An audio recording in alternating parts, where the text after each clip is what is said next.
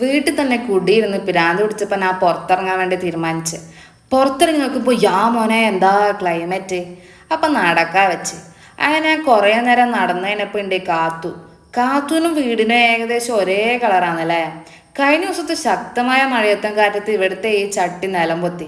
അപ്പം അതിനൊന്ന് ഹെൽപ്പൊക്കെ വെച്ച് പൊന്തിക്കാൻ നോക്കിയപ്പോൾ ഉണ്ട് പൊന്തിക്കാൻ കഴിഞ്ഞില്ല. പക്ഷെ ഞാൻ അങ്ങനെ പൊന്തിച്ച് വെച്ച്.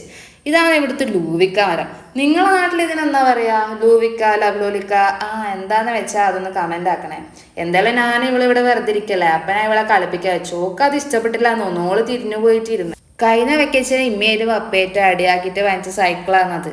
3 ദിവസം നല്ല ആവേശമാണ്. 4ാമത്തെ ദിവസം അത് തട്ടിമ്പുറത്തായിരുന്നു. Quiet natural. ഇത്ര നാൾ നല്ല മഴയല്ലായിരുന്നു. അപ്പൊ കിണറ്റിലെ വെള്ളത്തിന് എന്തെങ്കിലും പുരോഗതി ഉണ്ടോ വേണ്ടി നോക്കാൻ വേണ്ടിയിട്ട് പോയി. കുറെ നേരം നോക്കിയിരുന്നപ്പോ ബോറടിച്ച്. പിന്നെ ഞാൻ ഉള്ളിൽ പോയി. പാവല്ലേ, എന്നാ പിന്നെ അനിയത്തിനെയും കൂടെ കാണിച്ചേക്കാന്ന് വിചാരിച്ച് ഞാൻ ഡോറർ നോക്കിയപ്പോൾ ഓളെല്ലാം നോക്കി പുച്ഛിച്ച് വിട്ട്. അപ്പൊ ഞാൻ ക്യാമറ ഓഫാക്കി.